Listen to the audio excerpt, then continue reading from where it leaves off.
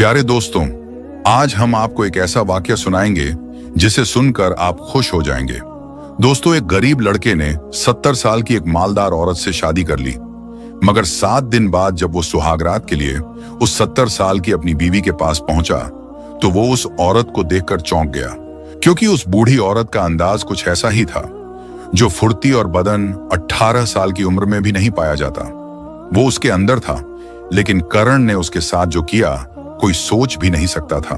दोस्तों, करण नाम का एक लड़का जिसके ऊपर घर की जिम्मेदारियां दिन पर दिन बढ़ती जा रही थीं।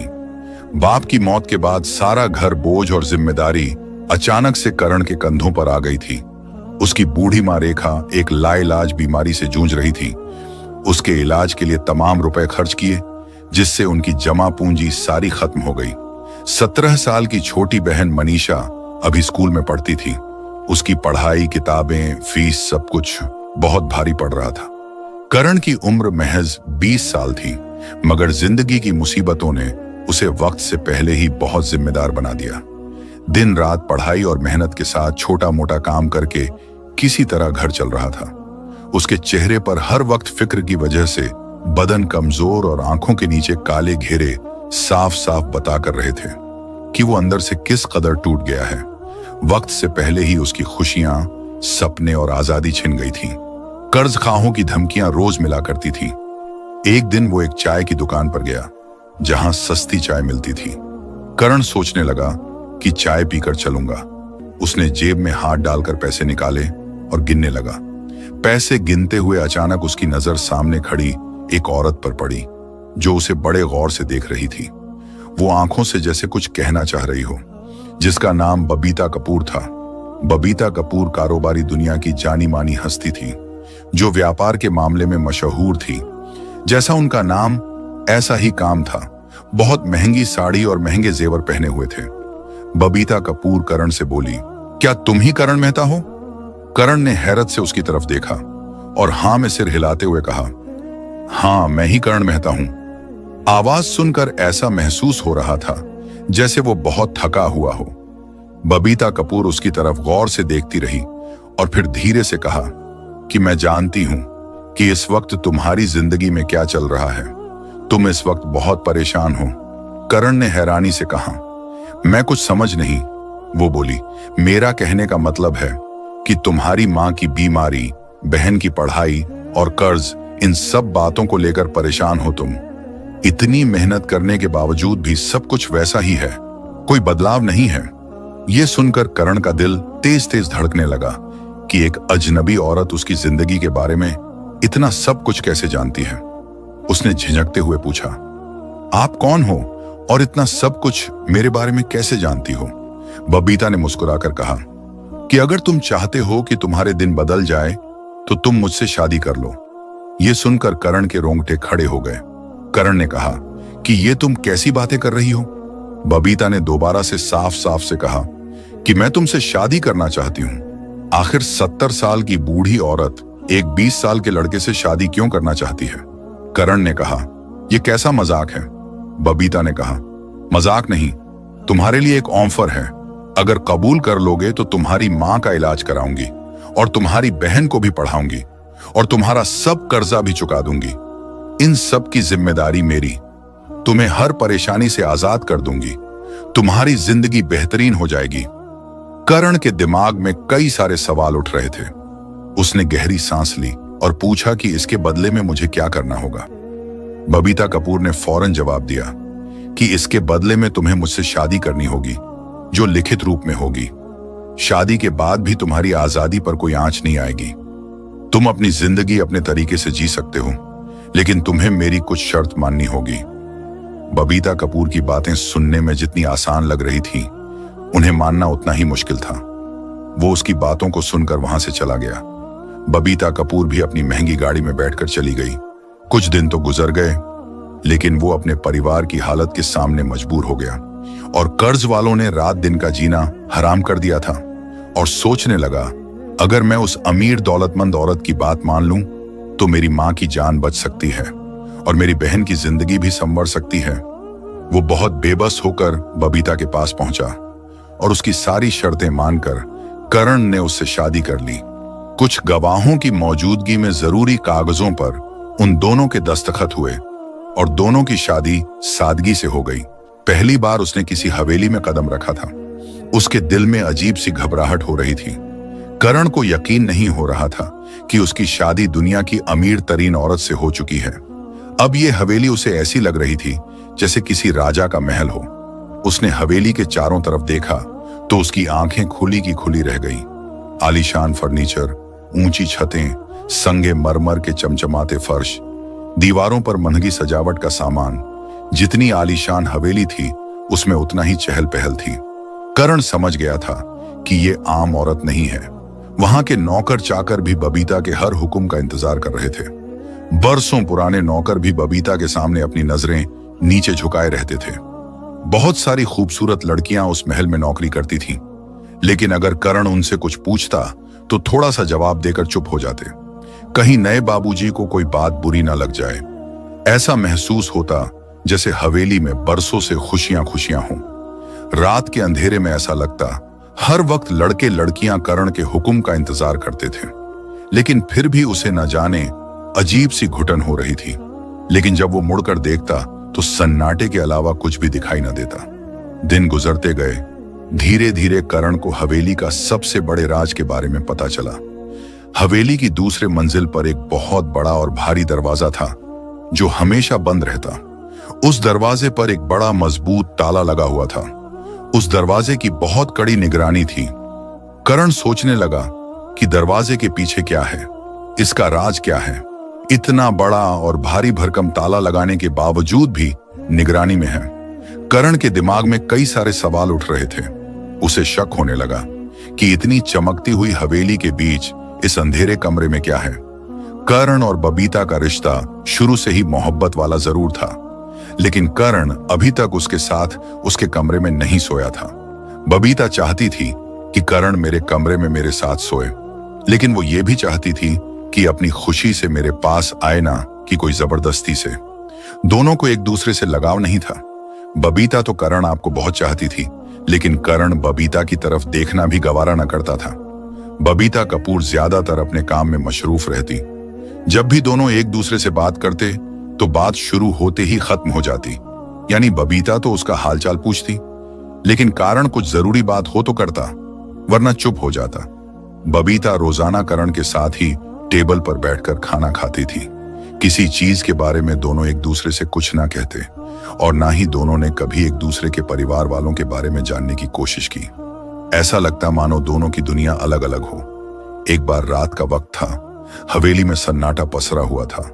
करण अपने कमरे की तरफ मुड़ा, तभी अचानक उसकी नजर हवेली के एक दूसरे हिस्से पर पड़ी, जहां उसे रोशनी दिखाई दी। ये देखकर वो वहीं ठहर गया। उसने देखा कि ये रोशनी बबीता के रहने वाले कमरे से आ रही थी। ये कमरा हवेली के सबसे बीच वाले हिस्से में था। बबीता के अलावा किसी और को वहां जाने की इजाजत नहीं थी। बबीता तो करण को अपने कमरे में बुलाने के लिए बेकरार थी, लेकिन करण ने कभी भी उस कमरे में जाने की कोशिश नहीं की। वो अपने आप को जबरदस्ती रोक लिया करता था। लेकिन एक कमरा और था जिसके ऊपर मजबूत ताला लगा हुआ था। वो उसमें जाने की कोशिश करता, लेकिन कोई ना कोई रोक लेता था और कहता, बाबूजी उस कमरे में जाना माना है। करण हैरानी से पूछता, ऐसा क्यों? लेकिन पलटकर कोई जवाब ना मिलता। एक दिन रात को उसने धीरे धीरे कमरे की तरफ कदम बढ़ाए। वो दरवाजे के पास पहुंचा और कान लगाकर सुना कि बबीता किसी से बात करती, और जिस अंदाज में वो बात कर रही थी उसे सुनकर करण का दिल जोर से धड़कने लगा। वो समझ नहीं पा रहा था कि ऐसा क्या राज है जो बबीता की जिंदगी से जुड़ा हुआ है, लेकिन अब उसे यकीन हो गया था कि बहुत कुछ ऐसा है जो उससे छुपाया गया। उसके दिमाग में कई सारे सवाल थे कि आखिर ऐसी क्या बात है कि बबीता ने सबसे छुपा कर रखी। क्यों वो किसी को इस कमरे में नहीं आने देती? वो खामोशी से दरवाजे पर खड़ा रहा। करण अपनी दिल की धड़कनों को थामने की कोशिश कर रहा था। उसके दिल में अजीबोगरीब ख्यालात आने लगे कि जिस शादी को उसने समझौता समझकर अपनाया, उसके पीछे कोई बड़ी साजिश तो नहीं, या फिर कोई राज है। उसने इस हवेली के हर राज से पर्दा उठाने की ठान ली। करण ये सारी बातें सोचते हुए अपने कमरे में आ गया। उसने फैसला कर लिया कि चाहे कुछ भी हो जाए, आज वो उस कमरे में जाकर देखेगा कि आखिर बात क्या है। उसका शक अब जुनून में बदल गया। वो सोचने लगा कि आखिर उस कमरे में कैसे पहुंच जाए। बबीता हर वक्त उसकी तरफ देखती रहती और मुस्कुराती रहती। वो 70 साल की बुढ़िया औरत जरूर थी। वो हर दिन करण से एक नई आस और नई उम्मीद रखती। अब वो सोचने लगा, इस औरत से बात करनी चाहिए, वही मुझे इस कमरे के राज से वाकिफ करा सकती है। हवेली के सुनसान अंधेरे में सिर्फ और सिर्फ घड़ी की टिक टिक की आवाज आ रही थी। रात के तीसरे पहर में कर्ण उस कमरे में जाने के लिए तैयार हो गया। उसने बबीता की एक खास नौकरानी, जो 19 साल की एक बहुत ही खूबसूरत लड़की थी, जिसका नाम मीरा था। कर्ण ने मीरा से बात की और उससे गुजारिश की कि मुझे अपनी बीवी बबीता से मिलना है। मीरा इजाजत लेने बबीता के पास गई। मीरा के अलावा कोई बबीता के पास नहीं जा सकता था। जैसे ही मीरा ने बबीता को करण की ख्वाहिश जाहिर की, बबीता खिल उठी और उसने मीरा के हाथ चूमे और कहा, जल्दी से भेज दो। मीरा ने करण को जाने की इजाजत दे दी। करण एक 22 साल का खूबसूरत हट्टा कट्टा नौजवान था। उसने जाकर बबीता के दरवाजे की घंटी बजाई। बबीता ने दरवाजा खोला और दिल खोलकर उसका स्वागत किया।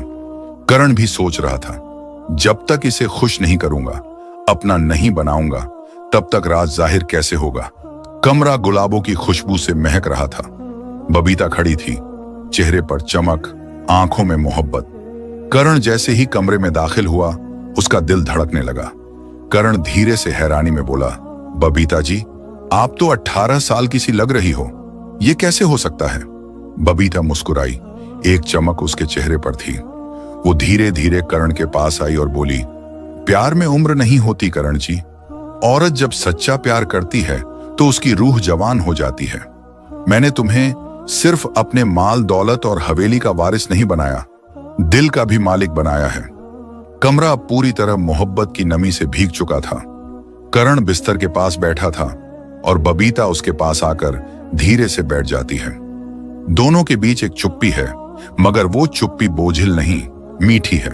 बबीता कहती है, कभी सोचा नहीं था कि मेरी जिंदगी की इस उम्र में कोई मेरी आंखों में इस तरह देखेगा जैसे तुम देख रहे हो। करण भी धीरे से बोला, कभी सोचा नहीं था कि आपकी आंखों में इतनी गहराई होगी कि मैं अपने सारे सवाल भूल जाऊंगा। बबीता जी, आज मैं तुम्हारा हूं, सिर्फ तुम्हारा। बबीता की आंखों में हल्का सा पानी और होंठों पर प्यार बोली, मैंने बहुत कुछ खोया है इस मोहब्बत के इंतजार में। जवानी चली गई, रिश्ते भी, पर दिल आज भी धड़कता है। करण उसका हाथ थाम लेता है।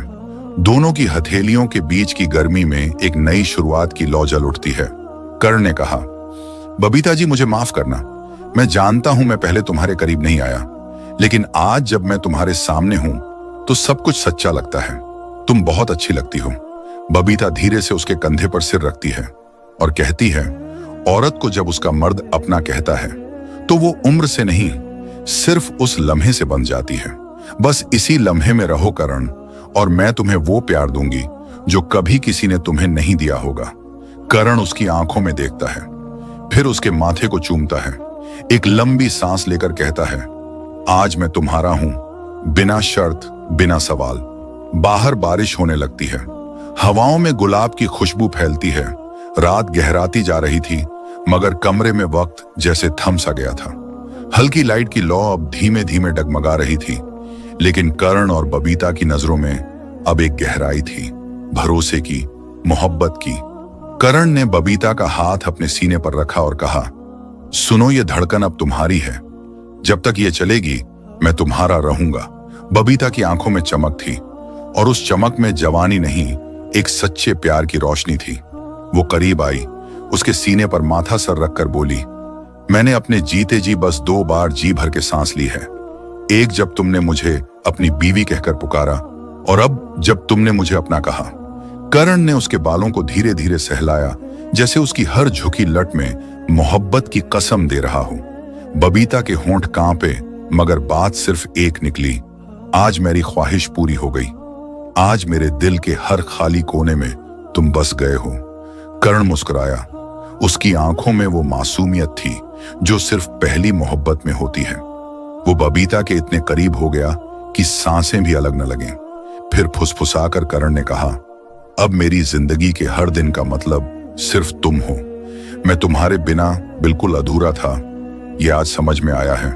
उस रात दोनों ने कोई वादा नहीं किया, कोई कस्में नहीं खाई, क्योंकि उनकी खामोश नजरों ने सब कुछ कह दिया था।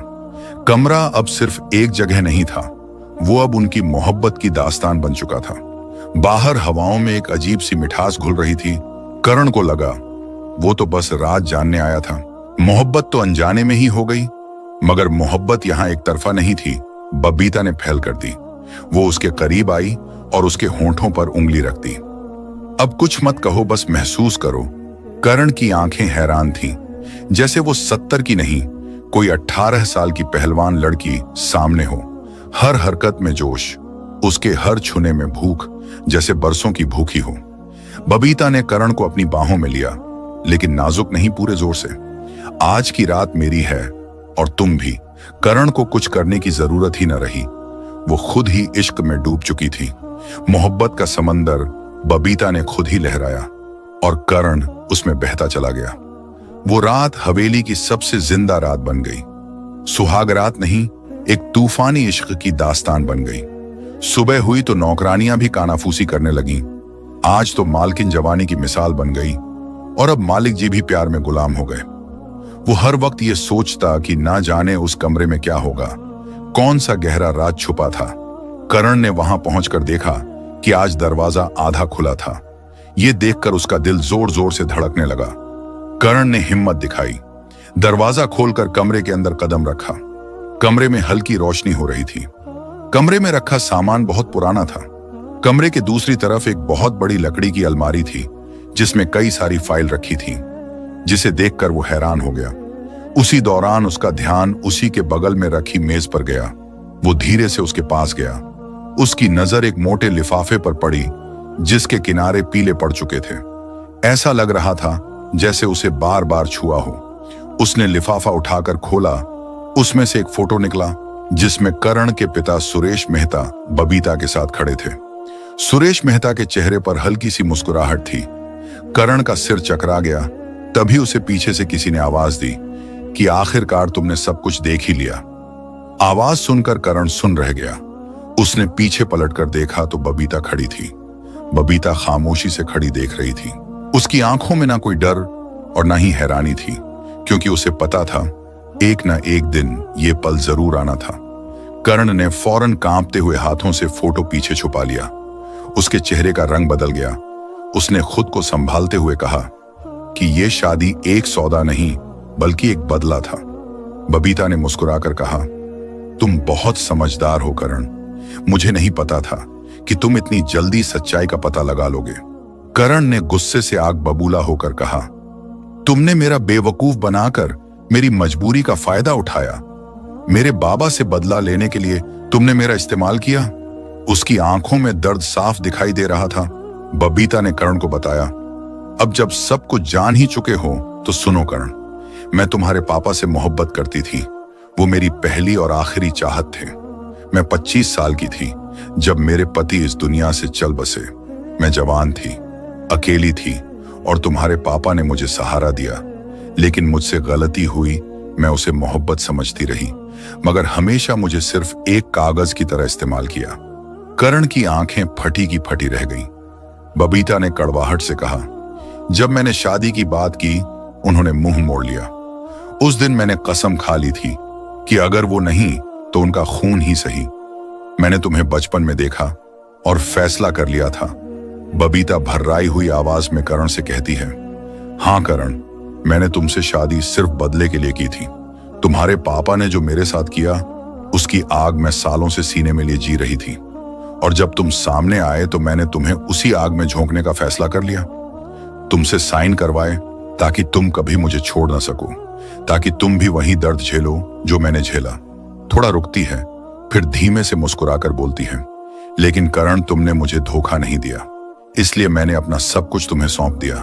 तुमने तो वो कर दिखाया जो तुम्हारे पापा कभी नहीं कर सके।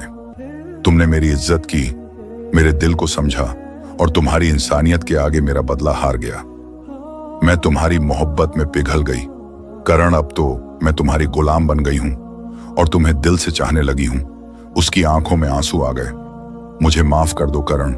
करण गुस्से में था मगर मजबूर भी। बबीता की आंखों से आंसू गिर रहे थे। उसका चेहरा शर्म, पछतावे और प्यार से भीगा हुआ था। करण कुछ पल चुप रहा। उसकी आंखों में बबीता के लिए गुस्से की जगह अब नम मोहब्बत थी। करण धीरे से कांपती आवाज में कहता है, तुमने मुझे कैद करना चाहा था लेकिन खुद ही मेरे प्यार की कैद में आ गई। बबीता, तुम्हारा बदला, तुम्हारी नफरत सब हार गई, लेकिन आज जो तुम्हारी आंखों में है वो मोहब्बत है। करण आगे बढ़ा, बबीता की कांपती हुई कलाई थामी और उसे अपने सीने से लगा लिया। करण फुसफुसाकर बोला, मैं माफ करता हूं तुम्हें क्योंकि तुम्हारा दिल अब साफ है और मैंने उसे पा लिया। बबीता सिसक उठी, करण के सीने से लगकर बस इतना बोली, अब अगर मौत भी आ जाए तो अफसोस नहीं, तेरा प्यार पा लिया। करण, तुझे मैंने पा लिया। वो उस हवेली में एक राजा की तरह रहने लगा। एक दिन बबीता बहुत बीमार पड़ी और कुछ ही हफ्तों में हमेशा के लिए चली गई। करण ने उसके अंतिम संस्कार के वक्त बस इतना कहा, मैं तुम्हें माफ करता हूं, तुम भी मुझे माफ कर देना बबीता। कहानी यहीं खत्म नहीं हुई। बबीता की नौकरानी 19 साल की मीरा, जो चुपचाप करण की सेवा करती थी, हर मोड़ पर उसके साथ थी, अब उसके करीब आने लगी। धीरे धीरे दोनों का रिश्ता परछाइयों से निकलकर रोशनी में आ गया। करण ने मीरा से शादी की और अब हवेली उसकी थी, मगर अकेली नहीं। उसकी माँ और बहन अब उसी महल में थीं, जहां कभी बबीता का अधूरा इश्क गूंजता था। अब वहां मीरा की मुस्कान और करण की सुकून भरी जिंदगी बस चुकी थी। दोस्तों, ये थी आज की वीडियो। पसंद आई हो तो लाइक करें, चैनल को सब्सक्राइब करें और बेल आइकन का बटन भी दबाएं। शुक्रिया।